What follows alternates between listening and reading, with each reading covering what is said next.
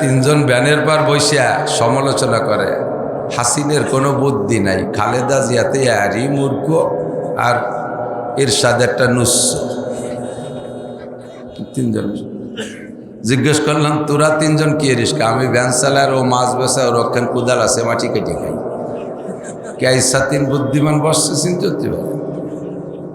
এই বুদ্ধিমানরা ওই তিনজনের সমালোচনা করে যারা ঘুরে ঘুরে 54 বছর পর্যন্ত দেশ চালাইছে, তাদের সমালোচনা। আল্লাহু আকবার। বড়দের সমালোচনা করা সহজ, কিন্তু বড় হওয়া কঠিন। কথা বলেন। বড়দের সমালোচনা করা সহজ, বড় হওয়া কঠিন। ইন্দ্রা যারা ময়দানে আছে, দীর্ঘদিন পর্যন্ত রাজনীতিতে আছে, কে কোন খেয়ালে কোন দিক গেছে সেই ভালো বোঝে। ওনাদের এলেমেরও অভাব নেই, জ্ঞানেরও অভাব নেই, বুঝে শুনেই তারা সামনের দিকে কদম বাড়াচ্ছে। আপনি কোন দিক পা বাড়াবেন আপনার হিসাবে আপনি করে বাড়ান। সমালোচনা বাদ। আলোচনায় যাওয়ার আগে কয়েকটা আদাবুল মুআশারাত বলবো, কষ্ট নেবেন না। আলোচনায় তো এখানে শেখার জন্যেই, আপনারা জানেন না তা না, শুধুমাত্র পর্যালোচনা বা প্র্যাকটিস না থাকার কারণে অনেক সময় এই কাজগুলো আমাদের আমলের মধ্যে ত্রুটি হয়ে যায়, ভুল হয়ে যায়। সাক্ষাতের সময় সর্বপ্রথম সাক্ষাৎ হবে কি দিয়ে? ডাক দিয়ে না, শুধু সালাম দিয়ে। কি দিয়ে হবে? হাদিসে আসছে আসসালাম কবলাল কালাম, আগে সালাম পরে কালাম। আগে সালাম, মেবাই আসসালামু আলাইকুম, মেবাই করে ডাক দিয়ে আসসালামু আলাইকুম করলে এই সালামের উত্তর না দিলে কোনো গুনাহ নাই, অথচ সালামের উত্তর দেওয়া ওয়াজিব ছিল, কারণ সুন্নতের খিলাফ সালাম হয়ে গেছে। ফোনেও যখন কথা বলবেন, ফোন রিসিভ করার সাথে সাথে হ্যালো কয়ে যদি আসসালামু আলাইকুম বলে, হ্যালো আসসালামু আলাইকুম, তাহলে সালামের আগে হ্যালো হয়ে গেছে। আগে সালাম পরে কালাম যে সুন্নত ছিল, এটা সম্পূর্ণ নষ্ট হয়ে গেছে। আগে কালাম পরে সালাম হয়ে গেছে। এই সালামের উত্তর না দিলেও গুনাহ হবে না, আপনি সুন্নতের খিলাফ সালাম দিয়ে ফেলেছেন। তাহলে ফোনেও হলে আগে কি বলতে হবে? হ্যালো না আসসালামু আলাইকুম? আসসালামু আলাইকুম। 3 বার সালাম দেওয়ার পরে যদি উত্তর না আসেও পাশ থেকে, আপনি ফোন কেটে দেন, কিন্তু হ্যালো বলবো না কোনো দিনও। ঠিক আছে? সাক্ষাতের পরে হুজুররা, বিশেষ করে ওলামাই কেরাম, এরা কত দূর থেকে আসছে। হুজুর আসছে ঢাকা থেকে, আমি তো গত রাত্রে 2-3টে মাহফিল করে ক্লান্ত, তারপরও এই না গোপালগঞ্জ, এখান থেকে এই খুলনায় সাজিয়াড়া আসতে আমার 4 ঘন্টা সময় লাগছে। 4টায় বেরোইছি, আর এখানে 8:45, 4.5 ঘন্টা সময় লাগছে। 0 পয়েন্টের ওই জায়গায় এসে একেবারে জিরোই পড়ে গেছি, একটুও চলে না কোনো দিক গাড়ি, না হাইগোই না ভাইসই, কোনো দিক যায় না। যা কিছু আজ মুখস্থ আইছে 0 পয়েন্টে এসে সব গুলাই গেছে। এত পরিশ্রমের পরে আপনাদের মোহাব্বত লাগে, মুসাফা করতে মনে চায়। আমারও মনে চায় সবার সাথে মুসাফা করি, এবং মুসাফার ব্যাপারে বিশেষ একটা ওয়াকিয়া আমার জানা আছে। আলী হোসেন শাহ হুজুর রহমতুল্লাহ আলের কাছ থেকে শুনেছিলাম হুজুরের ওয়াকিয়া, বাস্তব ঘটনা। সদর শাহ হুজুর রহমতুল্লাহ আলাইহে লালবাগের থেকে ফেনীতে গেছেন একটা মাহফিলে, সেই পাকিস্তান পিরিয়ডে। আলী হোসেন শাহ হুজুর বললেন যে আমি তখন লালবাগে জালালাইন পড়ি, তো হুজুর আমাকে বললেন তুমি আমার সাথে চলো সফর সঙ্গে। গেলাম হুজুরের সাথে, যাইয়া হুজুর অসুস্থ, বিশাল মাঠ, এরকম হাজার হাজার মানুষ, লম্বা টাইম বয়ান করে মাঠ ধরে রাখতে হবে, হুজুরের সেই শক্তি নেই। হুজুর আমাকে বললেন তুই ওয়াজ করতে পারো? তো হুজুর আলী হোসেন সাহেব বলতেছেন আমি তো খুশিতে বাগ, আজকে মাঠ পাইছি, সদর সাহেবের আদেশে ওয়াজ করবো। এক তো হুজুরের দোয়া, 2 নম্বরে হুজুরের উপস্থিতিতে যদি 1 মাঠ ওয়াজ করে যেতে পারি তাহলে তো ভাইরাল হয়ে গেলাম, তাহলে আর ওয়াজের অভাব হবে না।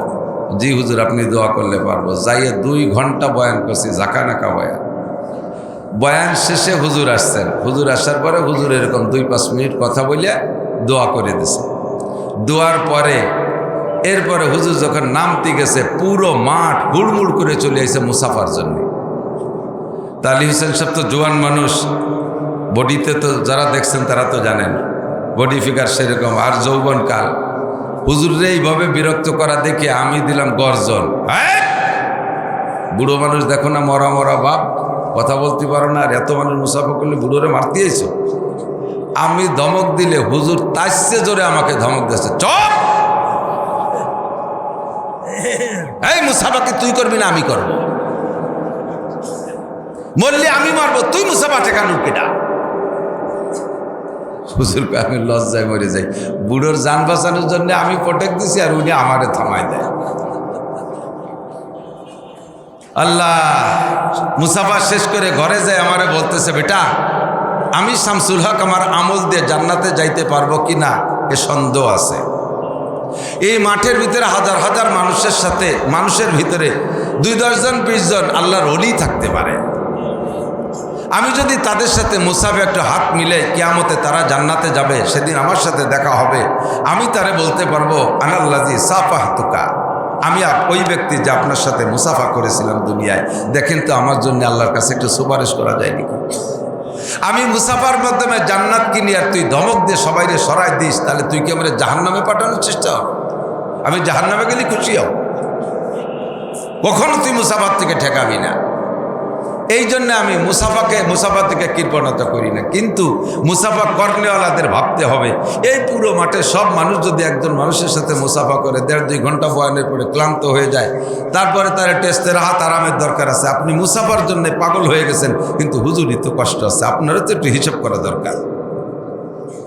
এই জন্য মুসাফা হিসাব নিকেশ করে 2-5 জন করলেই যথেষ্ট আপনাদের পক্ষ থেকে। আর আমার ভিতরে উদারতা থাকতে হবে, আমি সবার সাথে মুসাফা করব। আমি মুসাফা পাইলে কৃপণতা করব না। বহুত বক্তা আছে স্টেজেতে নামে 2 হাত উঁচু হাঁটে, মুসাফা করবে না। আল্লাহু আকবার, এটা ঠিক না। মুসাফা নবীর সুন্নাত। তো আমারও হিসাব থাকতে হবে একরকম, আপনারও হিসাব থাকতে হবে।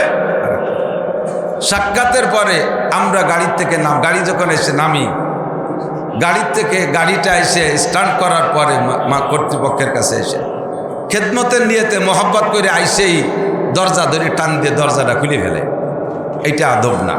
এই খেদমতের দরকার নেই। বড় মাঠ সকলকে বলে দিলাম, বিভিন্ন মাহফিলের ঘটনা আমরাই ঘটাই। দরজা খুলবেন না, এই খেদমত আপনি করবেন না। কারণ আমি এক জায়গাতে মাহফিল কইরা গা ঘামিয়ে গেছে, আমার নিজের গাড়ি, আমি একা বসা, ড্রাইভার চালাচ্ছে, আমি পিছনে বসা, আমি জামা কাপড় খুলিয়ে গেঞ্জি টেঞ্জি খুলিয়ে বসে একটু জিরেছি। তো খালি গায়ে বসে জিরাইতে আমার ঘুম এসে গেছে, আমি ওর মধ্যে ঘুমাই রয়েছি। আইসে আপনাকে মাদ্রাসায় ঢুকছি, আপনি দরজাটা খুলে দেখলেন যে হুজুর খালি গায়ে একটা গামছা ভরি বসা, লুঙ্গি তো কি হুজুর না কিসেন তার ঠিক কি। আমি আপনার সামনে খালি গায়ে একটু লজ্জা পাবো, কাজেই দরকার না। আমি খালি মাথায় বসে রয়েছি আমার গাড়িতে, আপনি দরজা খুলে দিলেন, কত মানুষ দেখলো হুজুর খালি মাথায় বসা, এটা একটু লজ্জার বিষয়। দরজা খুলবেন না।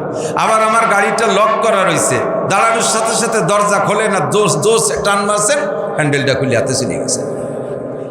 আমার নতুন গাড়ির হ্যান্ডেল লাগাইতে ফিরে আবার 60,000 টাকা লাগবে। যে কয় টাকা দেবেন, তাহলে আমার হ্যান্ডেলেরটা হবে? কারণ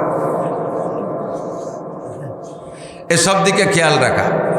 ভিতরে বসার পরে দূর থেকে আসছে একটু আরাম করার সুযোগ দেওয়া। কেউ আছে, অনেকে আছে, বিভিন্ন এলাকায় আছে, প্রথম বক্তাতে শুরু করে ওই রুমের মধ্যে বসা থাকে। প্রথম বক্তা আছে, তারে নাস্তা দিয়েছে, সে সাথে খাইছে। ও হুজুর আজে গেছে, আর একজন হয়েছে, তারে নাস্তা দিয়েছে, সে সাথে খাইছে। এই যে কত বড় নাওগিলা কুমির, সব বক্তার সাথে খাতি থাকে, ওই জায়গা মোটে ছাড়েই না। সাধারণভাবে গণনাস্তা যা দেয় সেই নাস্তা খাওয়া সকলের জন্য অনুমতি থাকতে পারে, কিন্তু বক্তাদের জন্য কিছু পার্সোনাল খাবার থাকে, এটা কর্তৃপক্ষ তৈরি করে। আমিও করে থাকি, কয়েক প্রকারের পিঠা টিঠা বানাই। এটা সবাইরে দেওয়া সম্ভব না।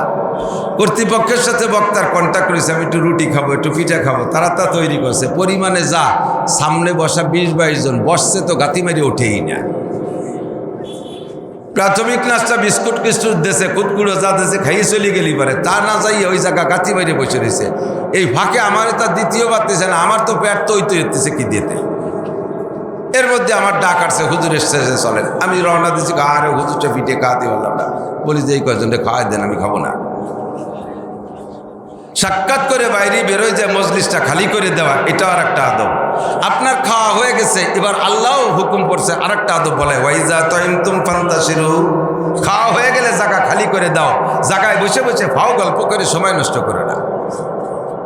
সাক্ষাতের পরে কথা বলবেন কিভাবে তাও শিখিয়ে দিয়েছে। মুসাফা করবেন কিভাবে, মুসাফা 2 হাত দিয়ে, এক হাত যদি খালি থাকে বা 2 হাত যদি খালি থাকে 2 হাত দিয়ে, এক হাতে যদি কোনো কিছু থাকে তাহলে ডান হাত দিয়ে মুসাফা করবেন।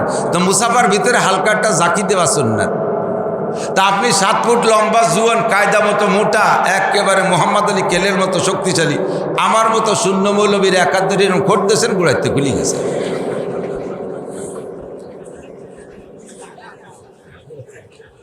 এইরকম কোট দেওয়া যাবে না। মুসাফা ভদ্রতার সাথে এত জোরে চাপ দেবেন না যাতে হুজুর হাতে বা যার সাথে হুজুর হোক আর যেই হোক যার সাথে করতেছে সে ব্যথা না পায়। আবার এইরকম একটু ছোঁয়াও দেবেন না। করোনার পরেতে মুসাফা হয়েছে বক্সিন, দেখছেন না? হাতের এই বক্সিন দিয়ে মুসাফা হবে। মুসাফা হবে 2 হাতের কবজি, এই আঙ্গুলির সাথে গোড়ার আঙ্গুলির সাথে গোড়ার আঙ্গুল, গুড়ি আঙ্গুলির সাথে গোড়া মিশিয়ে দিয়ে সুন্দর করে হালকা একটা মহব্বতের চাপ হবে। এরপর একটু যদি কুলাকুলি করতে চান, এই সব মানুষ যদি জুনায়েদ আল হাবিবের সাথে কুলাকুলি করতে যায় তাহলে ওনার আর এক মাহফিল করা হবে। টাইমেরও হিসাব করতে হবে, সময়েরও খেয়াল রাখতে হবে। যেমন আদাবুল মুআশারাত, থানবী রহমতুল্লাহ আলাইহি ছোট্ট রিসালা লেখছে, আদাবুল মুআশারাত, এই কথাগুলো লেখছে। আমরা বক্তারা সিজনালি বাস সময় সাপেক্ষে যেমন কথা বলা দরকার বলে চলে যাই, এই টুকিটাকি কেউ কয় না। আমি একটু বলতেছি, বিরক্ত হচ্ছেন নাকি আমি জানি না।